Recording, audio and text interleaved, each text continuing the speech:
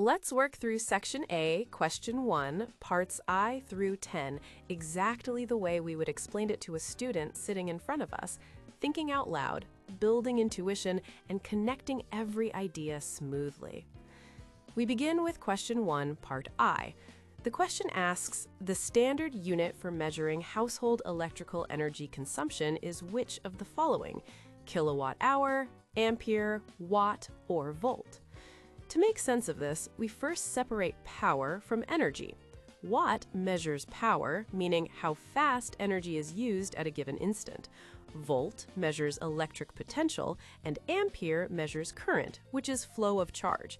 None of those describe total usage over time.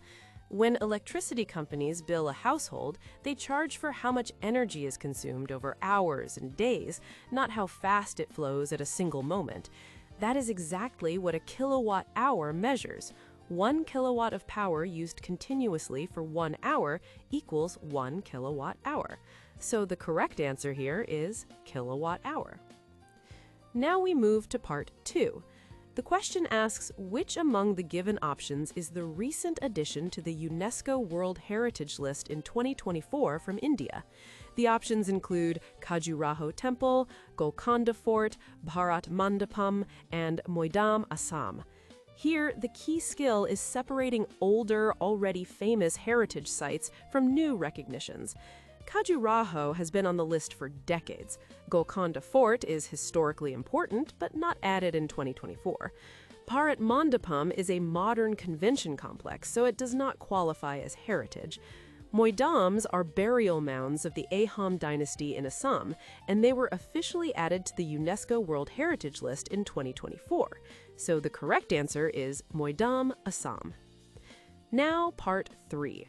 The question asks, who authored the book Letters to a Young Architect? The options are B.V. Doshi, Christopher Charles Benninger, Frank Lloyd Wright, and Le Corbusier. This question tests familiarity with architectural literature, not just buildings. While Doshi, Wright, and Le Corbusier are all legendary architects, the specific book, Letters to a Young Architect, is written by Christopher Charles Benninger, who is also known for his role in architectural education in India. So the correct answer is Christopher Charles Benninger. Now, Part 4. The question asks what type of structure a semicircular brick arch is an example of: tensile, torsional, compressive, or shear. To answer this, we think about how arches work. Bricks are strong when squeezed, but weak when pulled. In an arch, the load travels along the curve and pushes inward and downward into the supports. There is no significant tension if the arch is properly designed. The entire system works because of compression. Therefore, the correct answer is compressive structure. Now, Part 5. The question asks, who designed the Galepu Mindfulness City in Bhutan? The options are Bjarke Ingels, I.M. Pei, Norman Foster, and Tada Ando. This is a contemporary architecture and current affairs question. The Galepu Mindfulness City Master Plan was announced recently and designed by Bjarke Ingels Group. Bjarke Ingels is known for large-scale visionary urban projects that combine sustainability, culture, and futuristic ideas, which aligns perfectly with the concept of a mindfulness city. So the correct answer is Bjarke Ingels. Now, Part 6. The question asks which foreign architectural style does not show influence in traditional Indian architecture. The options are Persian, Egyptian, Greek, and Roman. Indian architecture clearly shows Persian influence, especially in Mughal buildings with domes, arches, and gardens. Greek and Roman influence appears indirectly through Indo-Greek interactions and Gandhara art. Egyptian architecture, however, developed in a geographically isolated context and did not significantly interact with the Indian subcontinent, so the correct answer is Egyptian. Now, Part 7. The question asks which scientific principle explains the cooling of hot air while passing through a stone jolly in a building. The options are Venturi effect, Bernoulli's theorem, Archimedes principle, and Raman effect. A stone jolly has small openings.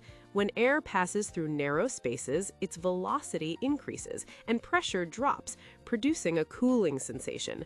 This phenomenon is known as the Venturi effect, which is an application of Bernoulli's principle.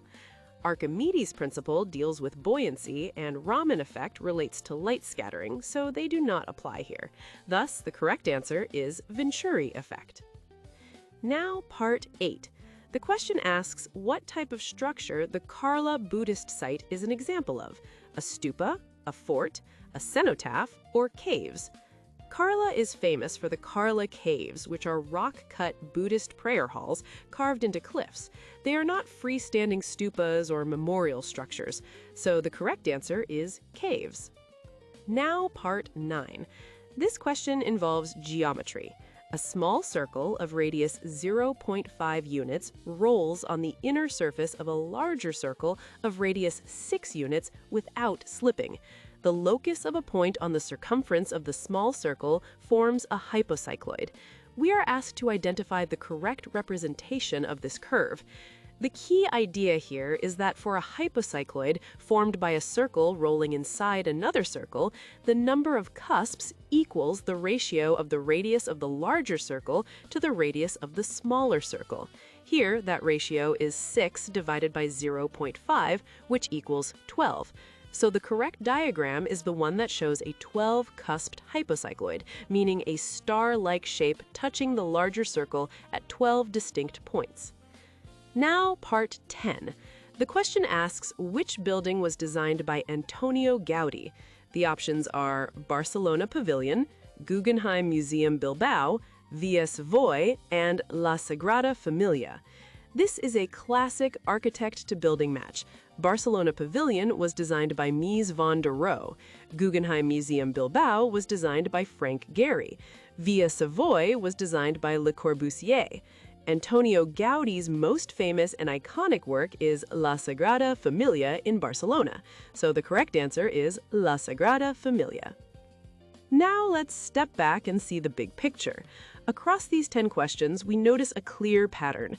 The exam does not test deep calculations. Instead, it tests awareness, logic, and connections between architecture, physics, history, geometry, and culture. Many wrong options sound impressive, but careful thinking and elimination lead us to the right choice. If we focus on understanding how buildings work, how architects think, how forces behave, and how history shapes design, these questions become straightforward and even enjoyable.